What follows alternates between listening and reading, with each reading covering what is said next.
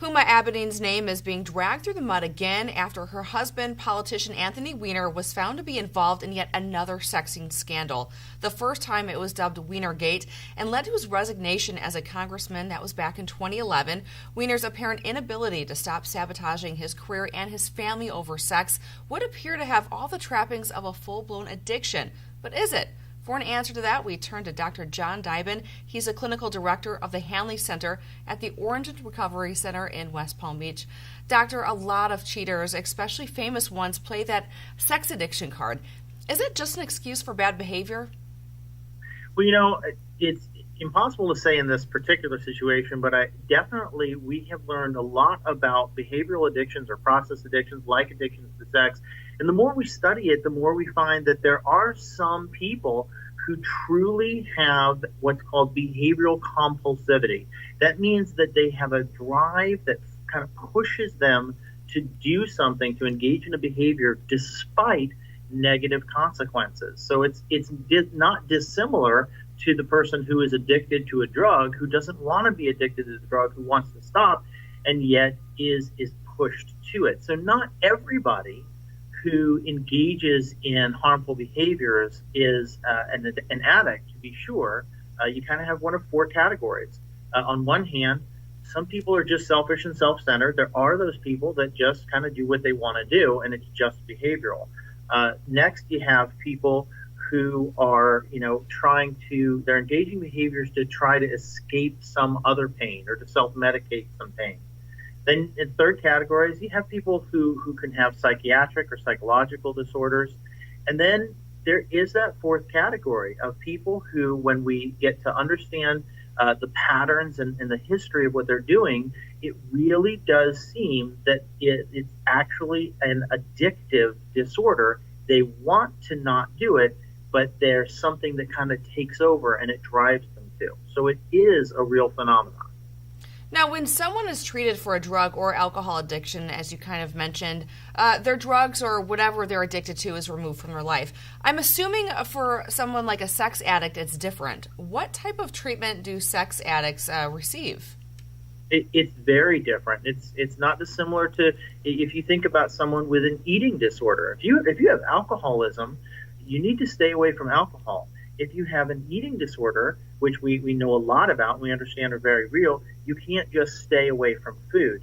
So there's not a simple answer of what do you do. It's multifaceted.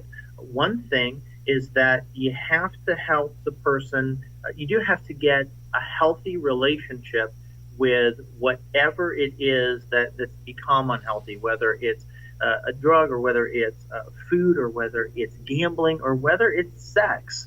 So exploring where it got off track and how it became maladaptive. For most people with sex addiction, there is a place, there's somewhere where sex became something other than what it should be.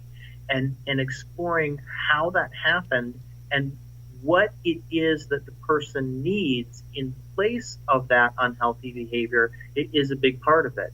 But each person is different. So one of the things that's interesting for sexual addiction and behavioral compulsivity is sometimes the same 12 steps that have become famous from Alcoholics Anonymous and for alcoholics and addicts, sometimes those same 12 steps are totally appropriate and helpful for people with other addictions like addiction to gambling and addiction to sex. Who would you say is most at risk? There seems to be a link between experiences of trauma, when people have traumatic experiences in their life, and an increased risk of addictive behaviors, both in chemical dependency and behavioral disorders. We don't fully understand that, but when there has been a history of a traumatic event or events in a person's life, it pretty dramatically increases their risks of compulsive or addictive behavior later in life. So it sounds like there's perhaps a biological component to that. What about a certain age group or a gender? Are they more prone to this? There are the research on certain disorders, we've begun to see research on sexual compulsivity. But we don't really have a good handle on is it men are more likely or women are likely, more old, more young. I think there's a variety of factors. We know with alcoholism that there are gender and age specific frequencies, but here's the key. The younger a person is, when they begin acting out, whether it's with drugs and alcohol or whether it's with a problem behavior, the younger they are when they start, the more likely they are to have long-term problems in the future. So the earlier they're exposed to something, whether it's drugs or pornography or anything along those lines, the worse the outlook is. That's exactly right. Okay. Let's break it down a little bit more. Is sexting an addiction? Is it a subset of a sex addiction, or is it a form of internet addiction, or is it some type of hybrid? Because as you know, the internet hasn't been around for, more than 20 years, 30 years. Right.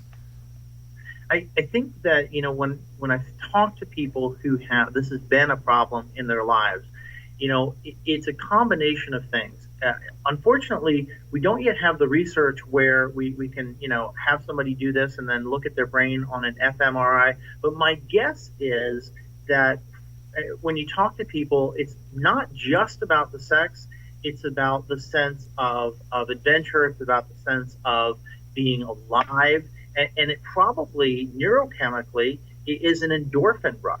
And so people will do things that are a little bit dangerous, a little bit risky, and that gives them an endorphin rush. So I think that you couldn't just categorize it and say everybody is like this. But the people that I work with, most of my experience is that it's not just about sex.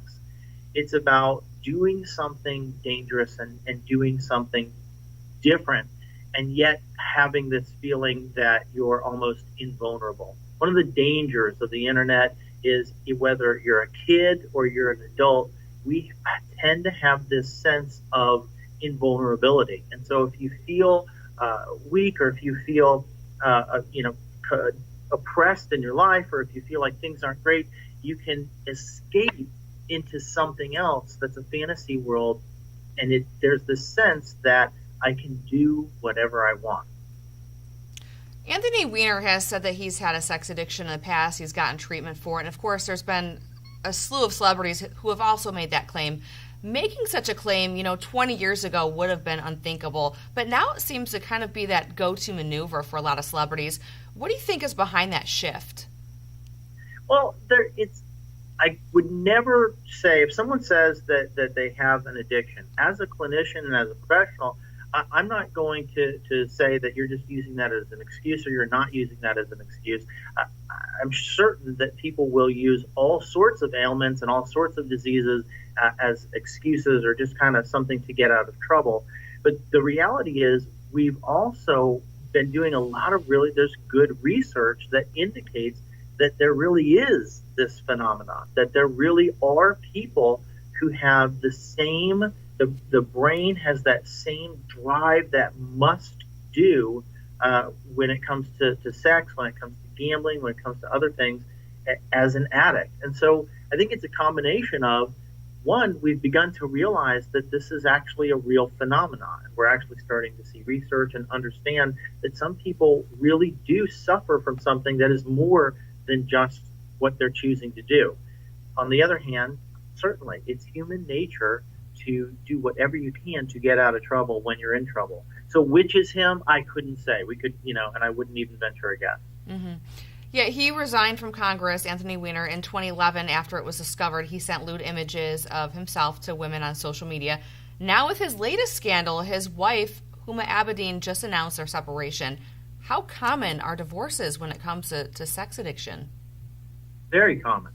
I couldn't tell you a specific, but I can tell you that in my experience, if people do not continue to address their addiction, then they will eventually, even if they get treatment and even if they do well, if they don't continue to work on themselves, they will relapse. They will go back into old behavior.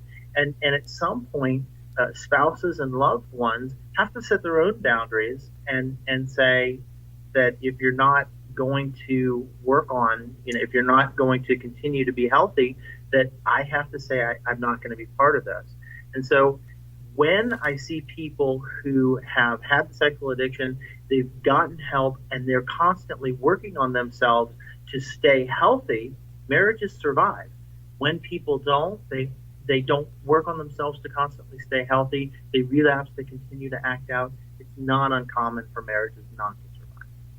Anthony Weiner allegedly sought treatment for his prior 2 offenses. It's unclear if he'll seek treatment again in this latest scandal.